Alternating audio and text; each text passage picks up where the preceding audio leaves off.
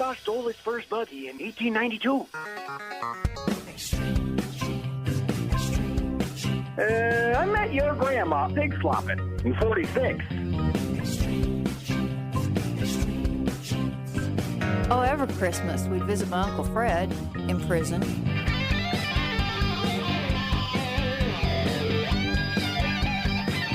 And welcome, America, to America's family history show, Extreme Genes and ExtremeGenes.com. It is Fisher here, your radio root sleuth, on the program where we shake your family tree and watch the nuts fall out. Well, we got some great guests today. As always, lots of things to talk about. First of all, coming up in about 10 minutes, we're going to talk to Sarah Yeoman. She has done a little study about how you can find out more about your ancestors through food. Yeah, so we're going to talk to her more about that coming up in just a bit. And then later in the show, Krista Cowan is here from our sponsors over at Ancestry.com. They have released a game changer of a database. You're going to want to hear all about it, why it's a big deal. That's coming up later on in the show. Right now, it's time to head off to Boston, and David Allen Lambert, the chief genealogist of the New England Historic Genealogical Society and AmericanAncestors.org. David, I got to tell you about this email I got from Raymond Janis in New Jersey the other day. Because, you know, we've been talking so much about things you find on eBay, especially recently with that whole incredible collection of people writing their ancestry back in the 19th century, those letters. So, yeah, I remember that. So Raymond says, after hearing you talk about eBay finds, I thought I'd give it a try, and I'm glad I did. He said, my whole family is from New Jersey, mostly Essex County, but also the Trenton area. And I decided I would look at the vintage photos for Newark, since that's where many settled after immigrating from Germany. None of the photos I found listed names other than the studio, except one. It was titled Agnes Voss Geb Thiel, meaning, of course, geboren, which is the German word for born. So her maiden name was Thiel, and it listed her birth and death dates. And all the information was written on the front of the photo. And he said, since both those names are prominent in my family tree, I went over to Ancestry, did a search for Agnes. Using the dates, sure enough, I found her. And in the search result, there were two people with an Agnes Thiel who married a Hans Voss. So I was excited when I saw the dates and matched the woman in the photo. I was even more excited when I clicked on the owners of these trees and discovered they're both distant cousins. So he's now going down the research rabbit hole with this and having a great time. And yes, David, he bought the picture. Wow. Isn't That's that great? Amazing. So congratulations, Raymond. Way to go. We are always encouraging people to check out what you're going to find on eBay. He wrote at the end, he said, what are the chances? Well, the chances are actually a little better than you think. You just never know. Mm-hmm.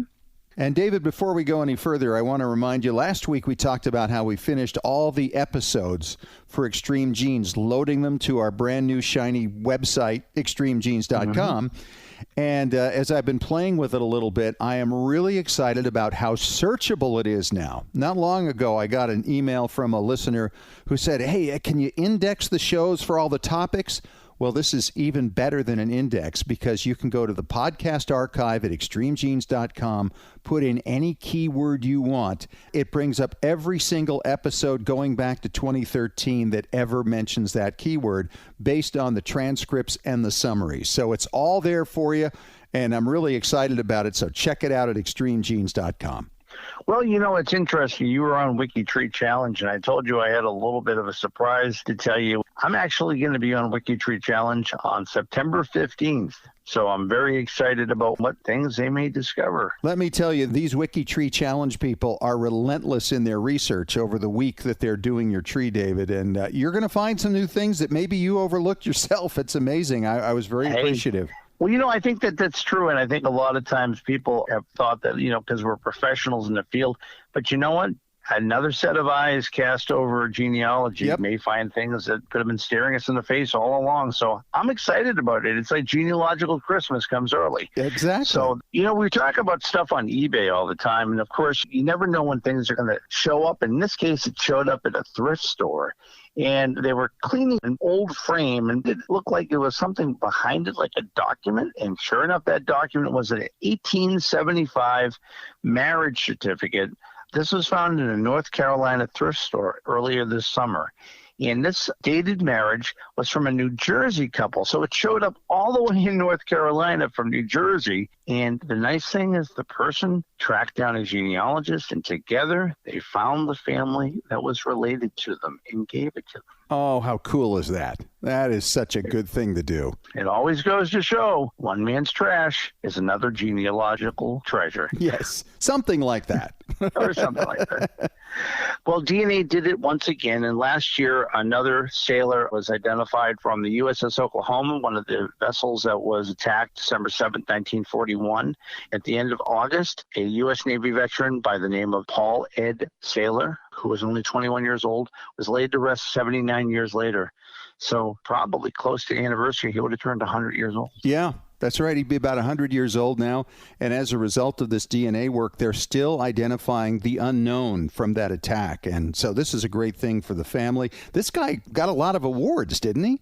He did. He got the Purple Heart Good Conduct Medal, American Defense Service Medal, American Campaign Medal, Asiatic Pacific Campaign Medal, and, of course, World War II Victory Medal. And this poor fella qualified for all of them, but he was only there for the opening hours of the first shots of World War II at Pearl Harbor. Boy. And we lost, 2,000, I think, there, 2,300 or something like that. It was a lot of people. And you know what? We still have a handful of them left, and every time I get a chance to talk to one of them or read about them turning 100 years old, I smile. Yeah. We still have some out there. I have a story about Mummy. Well, not my mummy, but actually somebody's mummy. Well, this is a partially mummified skeleton found of a former enslaved person in Pompeii. This was actually someone had already died. It was in a tomb, so the tomb was encased, but so protected because of everything. They even found hair on it. So all those DNA tests, maybe this person might turn out to be somebody's ancestor. Well, that's all the mind-blowing news I have for this week from Beantown. So I'm going to sign off. But before I do, just remind our listeners that if they're not a member of American Ancestors, use a coupon code EXTREME on AmericanAncestors.org and save $20 on membership. Very nice, David. Talk to you at the back end of the show for Ask Us Anything. And coming up next, we're going to talk to Sarah Yeoman, talking about how to connect to your ancestors through food when we return in 3 minutes on Extreme Genes, America's Family History Show.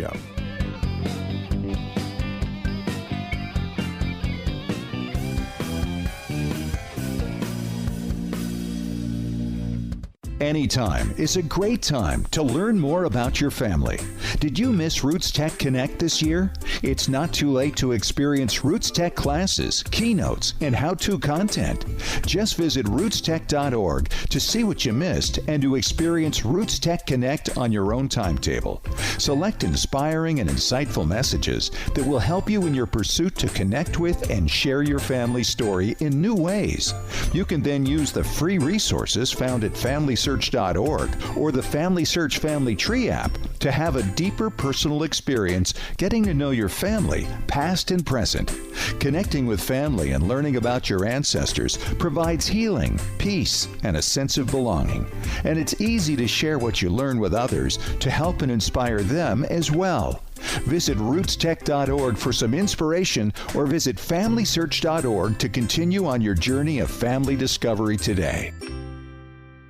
At Legacy Tree Genealogists, we provide families like yours with the stories of your ancestors, a legacy that will be cherished for generations to come. Legacy Tree Genealogists provides genealogy research for clients worldwide, helping them discover their roots and personal history through records, narratives, and DNA analysis. And when your research requires access to on-site archives in the countries your ancestors lived, Legacy Tree Genealogists has researchers in more than 100 countries around the globe who know the local language and how to get their hands on the records you need. Legacy Tree Genealogists is the recommended research firm of genealogy industry leaders worldwide, including MyHeritage, 23andMe, and more. Check out what our clients have to say. Absolutely the best. They communicated through the entire process, and my report arrived on time. The story of my family with supporting documents was very fulfilling. Tom G. Google review. Don't wait any longer. Request your free quote today at legacytree.com. Legacy Tree Genealogists. We do the research. You enjoy the discoveries. Hey Genies, it's Fisher here, and my shiny new ExtremeGenes.com website has been described as having that new car smell. I love hearing that.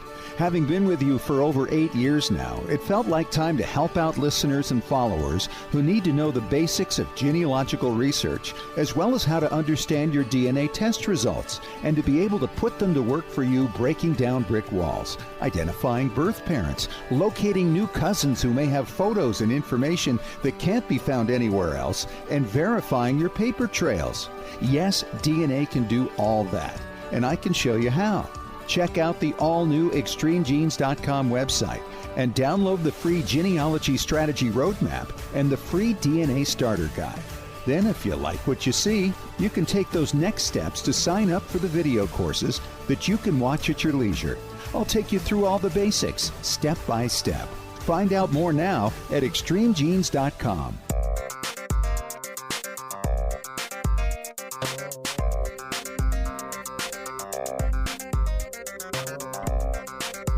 All right, my first guest this week is in Portland, Oregon. She is the creator of a new company. It's called the Family Cookbook, and her name is Sarah Yeoman. And Sarah, it's great to have you on the show because I don't think I've ever run into anybody in the family history field, basically, who has built a whole business around family food and recipes.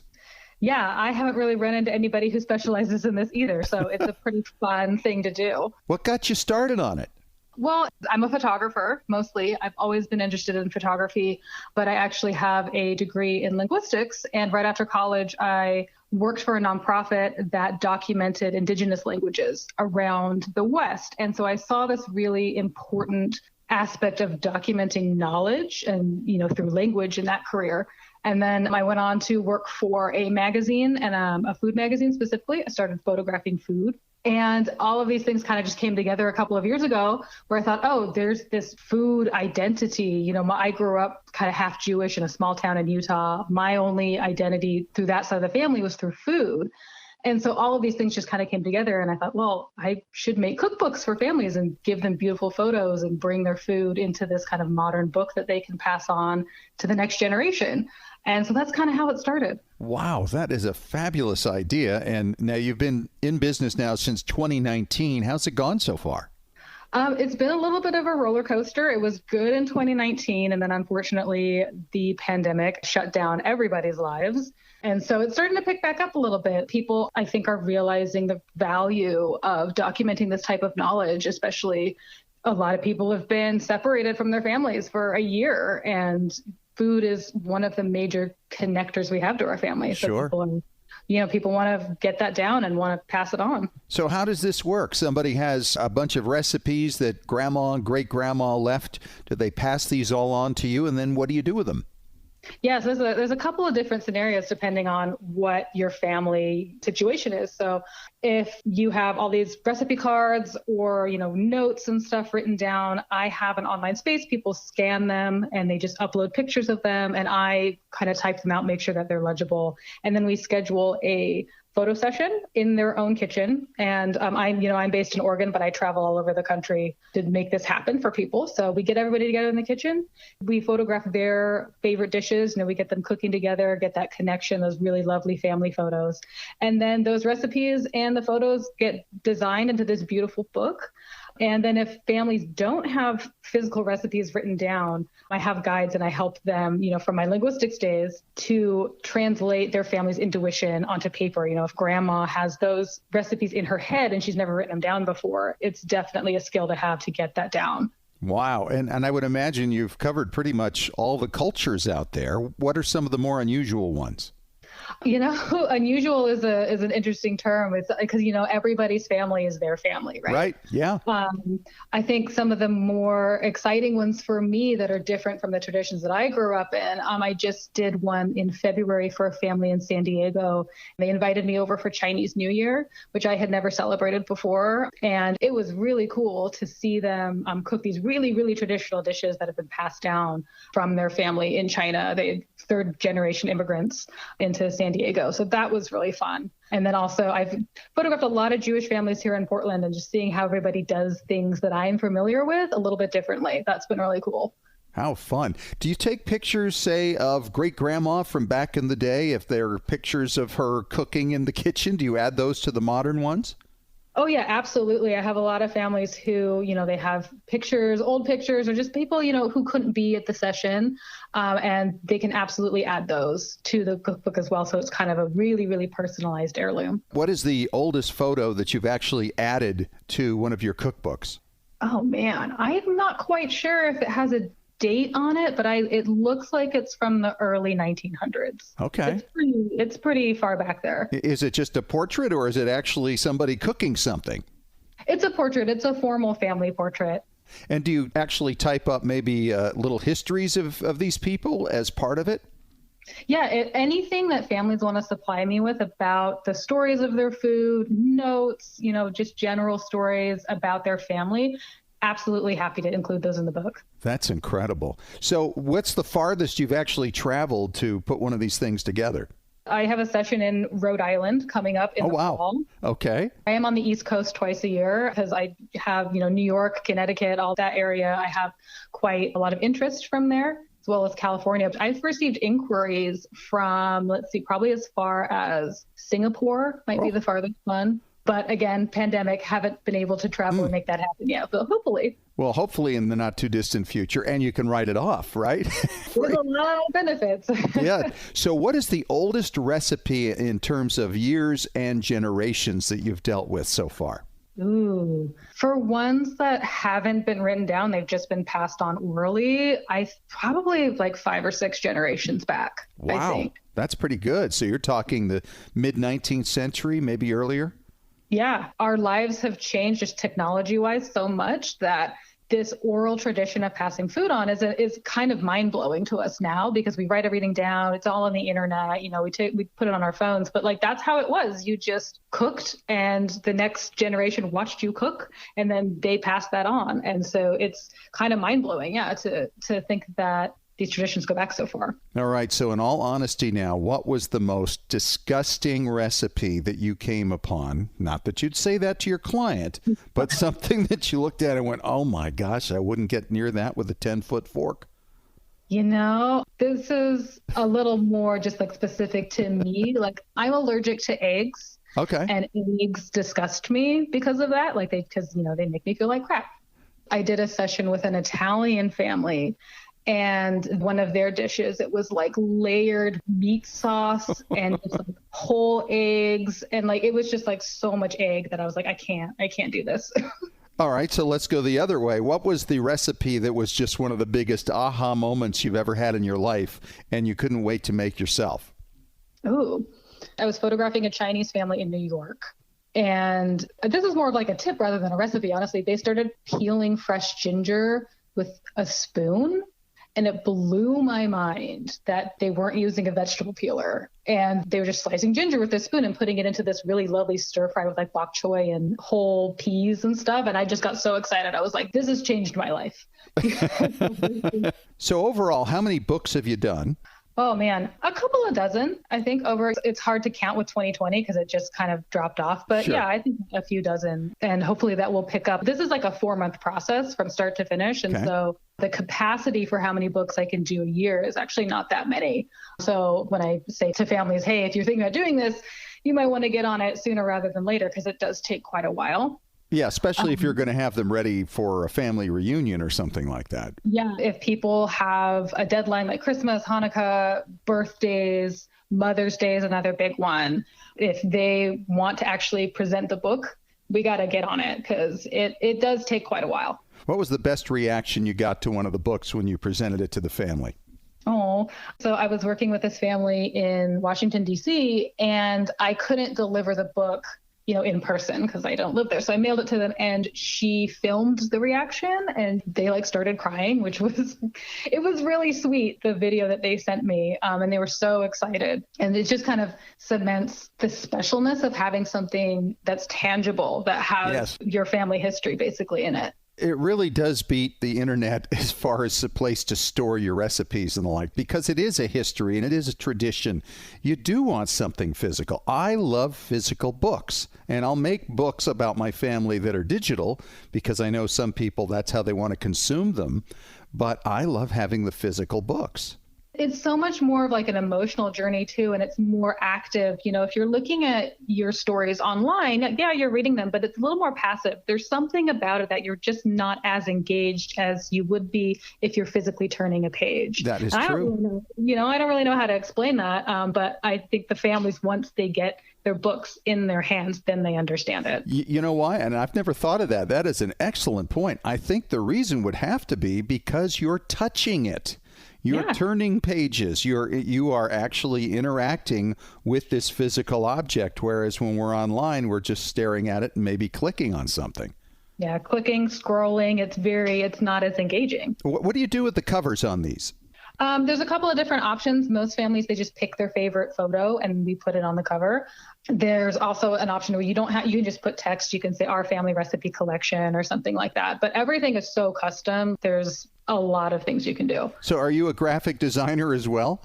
Not necessarily. I do have templates. I've been working with a graphic designer. I have a little bit of experience with it when I worked back at this food magazine that I used to work for. So enough to make a really beautiful looking book. But there are plans to make them even more beautiful in the future. That's awesome. Do you find that you have a busy season each year? What's the busiest time? The holiday season is busy for orders because I do gift boxes. And so people can order a gift box and surprise their grandma or whoever they want to give it to with this experience. And then we plan the rest of the year based on, who ordered gift boxes and where they're located. And that's how I plan my travel schedule out. But I'd say the holidays and Mother's Day are probably the busiest times, and then people just schedule their photo sessions whenever after that. Wow. So that's mostly for the travel more than anything else, right?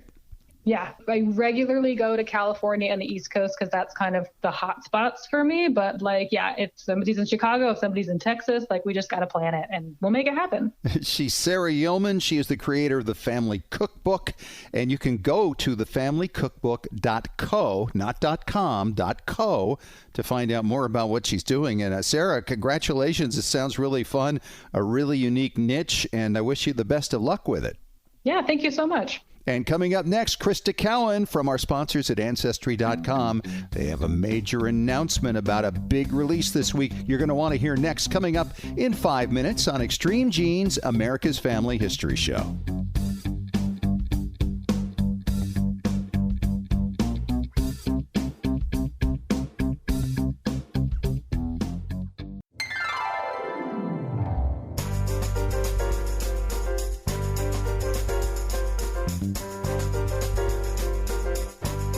And welcome back to Extreme Genes, America's Family History Show, and ExtremeGenes.com. It is Fisher here, your radio root sleuth, and right over there is Krista Cowan from Ancestry.com. And Krista, we got so much to talk about in this segment. We could do the big buildup, but I'm thinking dessert first. Let's talk about this amazing release that's just happened, actually. Yeah, just this past week, Ancestry unveiled the world's largest digitized and searchable collection of Friedman's Bureau and Friedman's bank records. To date has more than 3.5 million records available, and it is free for anyone at ancestry.com/Friedmans. Now, this is really significant because, as anybody knows about African American research, we got a big problem. Around the year 1870, that is the first census after the end of slavery. But before that, it gets really challenging. And the Freedmen Bureau's records are really the standard, the gold standard for breaking through that brick wall of 1870 and going backwards. Let's just talk about some of the facts that you'll find in the Freedmen Bureau's records. And they're free. I love this. Yeah, the Freedmen's Bureau was established near the end of the U.S. Civil War, and the point was to help formerly enslaved people transition from slavery into full citizenship in their communities. And it was designed to help provide food and housing and education and medical care. It also provided support for some of the impoverished white people and veterans from the U.S. colored troops. And it was really crucial information is contained in these records, like labor contracts and rations they received and apprenticeships and letters. Marriages are documented in these collections. So it's this really rich collection of all kinds of different material that were collected by these Freedmen's Bureau field offices throughout the southern United States. Boy, they were really busy too, because some of the detail in there goes back. I mean, some of these will take you back to like the 1820s, the 18 teens. give you the names of other family members, where people were last located. I mean, it's just a wealth of information. One question I have for you is, not too long ago, I was working on one branch and I found a white relative whose name came up in the Freedmen Bureau records. What's that about? New York. Yeah, so there were, like I said, field offices throughout the southern United States, and each field office kind of handled the local communities. And some of those people who came out of the Civil War severely impoverished or completely displaced by the war, some of those white families are included in these records. And then in these records, you'll also find the names of sometimes former slave holders. You'll find information, sadly, about some of the disputes that were occurring between the white and Black members of local communities. And they'll name the perpetrators and the victims of crimes. And so sometimes we'll see that in there, which isn't always a pleasant story, but you have to really dig into the records to figure out why your white ancestor might be listed. And you need to be prepared that it might not be a pretty story. Sure. Yeah, absolutely. You know, when you consider the challenges after the Civil War, because as Sherman marched south, he either ordered or many of his people on their own went and burned everything in sight, including courthouses. Yes. And the records that came along with them. And I don't know what percentage of courthouses burned, but it was a lot. Yeah, and it's interesting because in some of these places where these field offices for the Freedmen's Bureau exist, those courthouses that were burned, these Freedmen's Bureau records are the only records that exist for that time period. We called the era reconstruction, but these records help to reconstruct some of the lives and the community goings on because of the loss of those other records. And we often talk in genealogy about certain records that were lost, like the 1890 census, and how we use, say, directories as a substitute for that. Well, likewise, the Freedmen Bureau actually covers a multitude of censuses potentially for those people who were enslaved before 1870. So this is a huge thing and very exciting. And I love the fact that it's available to anybody, whether or not they have a subscription to Ancestry.com. Yeah, Ancestry has kind of a long history of philanthropic efforts. For example, we've made a lot of Holocaust records for free. And years ago, we just determined that any records that dealt directly with slavery and that era of American history needed to be made available for free. So all of the slavery records are available for free on Ancestry already. Last year, we released the Dutch West Indies collection for free. And so this is just the latest contribution to that philanthropic effort to make sure that important critical moments of history that adversely affected people, that those records are available for free for anybody who wants to search their family history or just learn more about that period of time. You know, at one point, I remember about 10, 15 years ago, I was wondering, well, how many more records can we gather? How much more is really out there? But I'm still convinced, Krista, that there are probably still more records out there than we've actually digitized to this point, not only at Ancestry, but on all the sites. Yeah, for sure. Ancestry alone has about 30 billion records on our site. We add an average of about 3 million records a day. So for the last 3 consecutive years, we've added over 1 billion records a year to the site, which just, like as a genealogist, I get excited about it, but it also is kind of mind-boggling. Absolutely. Now, what do you consider a record? Is it one entry for a person or a page, or what is it? Yeah, what is it, the definition? A name, right? So for example, on a census record, you've got 50 names per page. So that would be 50 records. But in like a marriage record, you might have 6 names. So the bride and the groom and all 4 of their parents, that would be considered 6 records. Yeah, and potentially witnesses and things like that. So yeah, that's amazing. So getting back to this, then we're covering a lot of states at a very crucial time in African American research, and now it's the largest one ever released at 3.5 million records. It's going to help a lot of people, not only now but in the future. Yeah, you think about the fact that those field offices cover the entire southern United States, Virginia to Texas. And these records are just the goings on of what was happening in those field offices. So as you start going through these records, you're going to realize that they're all different types of records. So we've indexed every name to make it fully searchable. But when you click that search result, you never know whether you're going to be staring at a labor contract that a formerly enslaved person signed with their former slave owner to continue to work the land, or whether it's going to be a marriage record for a couple who had been living together and not able to be married, and now were able to be married, and maybe they already have children. Or you're going to find, letters that people were writing to the field offices looking for family members that they had been separated from. So just really rich detail. Officially, it covers from the end of the war in about 1865 through 1872, but the effect of that 7 years of record keeping extends both directions far beyond into the lives of those people. Absolutely.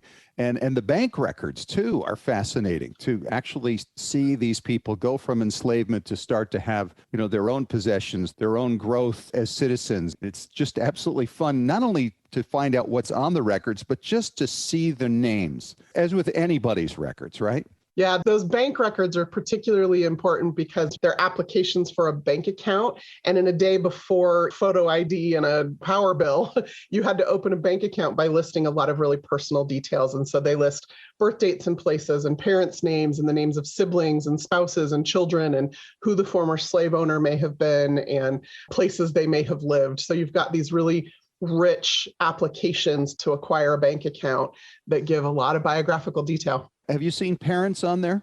Yes, parents, siblings, spouses, children, all relationships. It's really the best record ever for African-American research coming out of the Civil War. It is. For people who have not started working on African-American research before because they've been too concerned that it's not going to lead anywhere, this has got to give you some hope. And there's no reason not to get on it right now because it's out there on Ancestry.com for free. And so, Krista, thanks so much. Appreciate your sponsorship on the show. And we appreciate, of course, everything that you do to help make things better for all of us as we continue to search our ancestors. Thanks so much, Scott. And coming up next, David returns for another round of Ask Us Anything on Extreme Genes.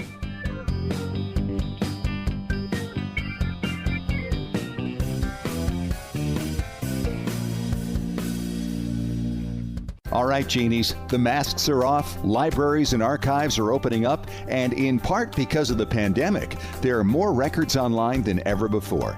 That means more opportunities for you to discover your ancestors and piece together their stories. Hey, it's Fisher, and if you haven't joined the official Extreme Genes Facebook group, Genealogy and Family History Breakthrough Strategies, there's never been a better time. Here's your chance to visit online with like-minded genies. This is the place for exchanging ideas on new sources, databases, DNA, and, strategies. Genealogy and Family History Breakthrough Strategies got a whole bunch of genies through the pandemic and will only be better now that things are opening up. It's a great online community that gets better still when you become a part of it. Remember, sometimes it only takes one tip or idea to get your family research where you want it to go. Since it costs you nothing to sign up, why not join us? Genealogy and Family History Breakthrough Strategies. Anytime is a great time to learn more about your family. Did you miss Roots Tech Connect this year? It's not too late to experience Roots Tech classes, keynotes, and how-to content. Just visit rootstech.org to see what you missed and to experience Roots Tech Connect on your own timetable. Select inspiring and insightful messages that will help you in your pursuit to connect with and share your family story in new ways. You can then use the free resources found at FamilySearch.org or the Family Search Family Tree app to have a deeper personal experience getting to know your family, past and present. Connecting with family and learning about your ancestors provides healing, peace, and a sense of belonging. And it's easy to share what you learn with others to help and inspire them as well. Visit rootstech.org for some inspiration or visit FamilySearch.org to continue on your journey of family discovery today. Genies, Ancestry.com has just released an important new database, and it's free. It's the Freedmen's Bureau Bank Records and the Freedmen's Bureau Marriage Records. These records are a game changer for African American research. For the first time, searches for ancestors among these records can be done solely within these two databases, making discovery easier than ever before. Every name in these mostly post-Civil War records has been indexed. We're talking 3.5 million names, and they often include the names of parents, siblings, children, former slaveholders. They commonly provide ages, marriage information, and so much more. In some cases, you can read in their own words some of their stories as well as their post-emancipation ambitions and challenges. If you've been hesitant to seek out your African American ancestors because of the pre-1870 research challenges, now is the time to see what information is waiting for you right now for free. Only at Ancestry.com.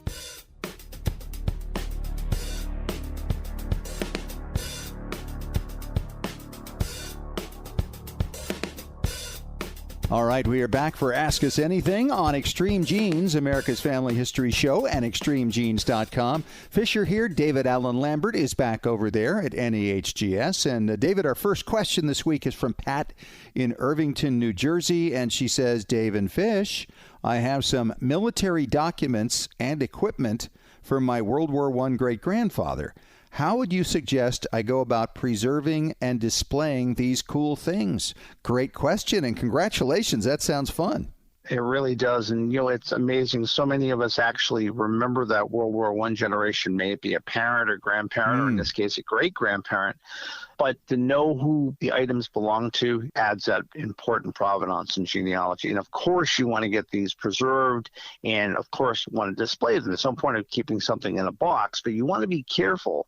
I mean, for instance, with documents, and I know that I've been in your house, Fish, that a lot of the things that you have framed and on the wall are not the originals, but good quality copies that are acid-free and framed, and you use UV glass on originals. I actually use UV glass on the copies as well because I want them to last a lot longer. But yes, acid-free matting, all this type of thing. And if you go to a professional framer, they can usually do a great job for you. They really can, and I think it's worth to spend that extra money versus, say, go to your local Walmart and buy a frame and just slap it in there. Because, I mean, the one thing about glass, I mean, if you use real glass and it breaks, it could tear the document. And if you're using the original and not a copy, I mean, once it's faded, it's hard to bring it back. Yeah. I mean, then you're talking about all sorts of preservation. And with equipment, I mean, it's hard to know, Fish. I mean, I'm not sure if she's talking about a uniform or a gun or a bayonet or a belt buckle. Right. Yeah. So it's going to vary. I mean, obviously with a rifle, like an 03 Springfield, you can just hang the thing over your fireplace, obviously. Sure. But if it's something that might be light sensitive or maybe needs preservation, you might need to look into that before you put the original on display. So it's lasted this long, 100 plus years. You want to make sure it lasts another 100 years. So improper display just for the sake of having it out show people might cause more damage. This is an interesting thing. We had a carriage seat that was in my house when I grew up. I had pictures of my brother and me sitting in it when we were 4 years old. I still have it to this day, but about 20 years ago, we had to get it repaired because the original slats in the seat bottom were cracking from people sitting in it now and again. We wanted to get it supported. So we took it down to a preservationist to shore it up. And to our horror, when we picked it up a few weeks later, they had replaced all the slats with modern wood.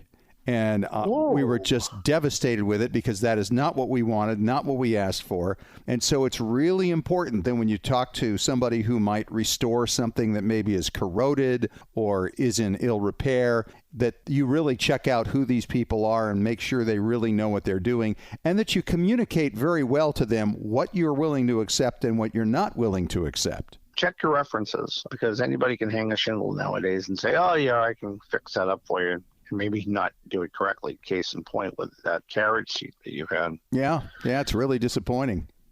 Well, so I'd like to say that everything that you have, if you photograph it, that is going to be a great way of sharing your information and the story of your ancestor. But maybe you take these artifacts and bring them to family reunions and let people see them. So if you're having them hanging on your wall is one thing, but if you're taking them around to show people that are also descended from them, or maybe it's a helmet, let the great-great-great-grandchildren try it on, I think it would make even more fun for the family. Absolutely. Good stuff. Great question, too, Pat, and congratulations on that, and good luck with whatever you decide to do with it. That's kind of the fun of having it, is figuring those things out. All right, when we return in 3 minutes, another question from around the same era coming up next in 3 minutes on Extreme Genes, America's Family History Show.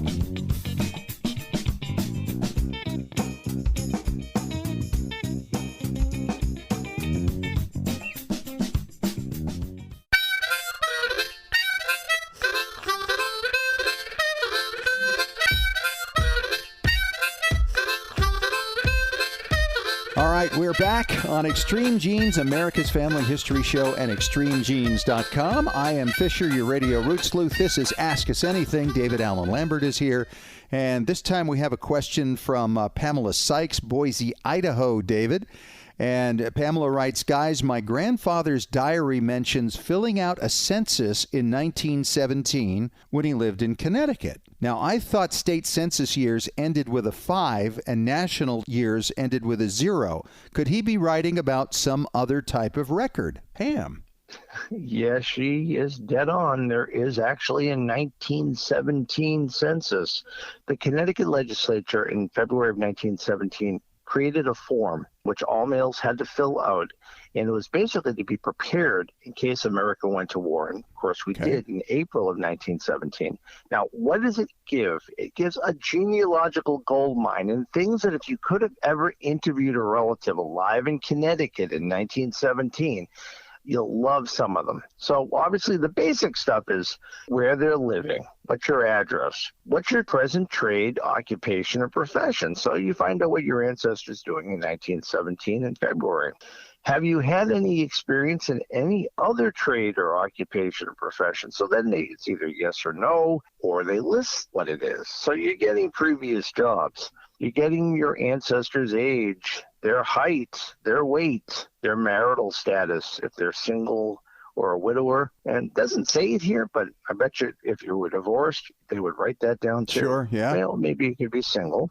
How many dependents? So you get to find out how big the family is. Wow. Are you a citizen of the United States? And if you're not, what's your nationality? Have you ever done any military or naval service in any other country? Where are you going to find that anywhere? Right. Former military service in any other country. That's great. So then it goes on to ask you where it was, how long, what branch, and what was your rank? Yeah, it's really good. I've seen these before on some of my relatives, and it's fascinating. We get health questions on here, too. So question 10 asks, have you had any serious physical disability before? If so, what is it? So basically some reason that maybe you couldn't be drafted when the draft came in April of 1917. Question 11 is a multiple question, but I think it's great, and I can't think of any way we could find this out on any other census or form unless somebody wrote a really good bio. Ready for this? Yeah. Can you ride a horse? Well, maybe you get a picture of your ancestor on a horse. How about if they could handle a team of horses? 1917, not many people owned a car, but they're asking, can you drive an automobile? Did you ever think about your ancestor riding a motorcycle? Interesting. That's a yes or no question. Okay. Yeah. And then it gets into more things that are more technical, like, do you understand telegraphy? Can you operate a wireless? Now, if there's any yes to any of these, I think I would be so intrigued. This would be such a great thing to investigate further. Any experience with a steam engine? Any experience with electrical machinery? Can you handle a boat, power or sail? You know, wow. A motorboat, whatever. Any experience with simple coastwise navigation? Any experience with high-speed marine gasoline engines? But for the Navy, one other really important question. Are you a good swimmer? Interesting. You know, the thing about this is that it really makes you realize that World War I was actually more like the Civil War than it was like World War II in terms of how they fought it. Unbelievable. Great question. Great answer, David. So thank you very much for that, Pam, and hope that helps you out. If you have any questions for us for Ask Us Anything, email us at askusanything@extremegenes.com. David, thanks so much. We'll talk to you next week. Sounds good to me. And that is our show for this week. Thanks so much for joining us, Genies. If you missed any of it or you want to catch it again, of course, catch the podcast on all the usual places: iTunes, Apple Media, iHeartMedia, Spotify, ExtremeGenes.com, but of course. And we'll talk to you again next week. Thanks for joining us. And remember, as far as everyone knows, we're a nice, normal family.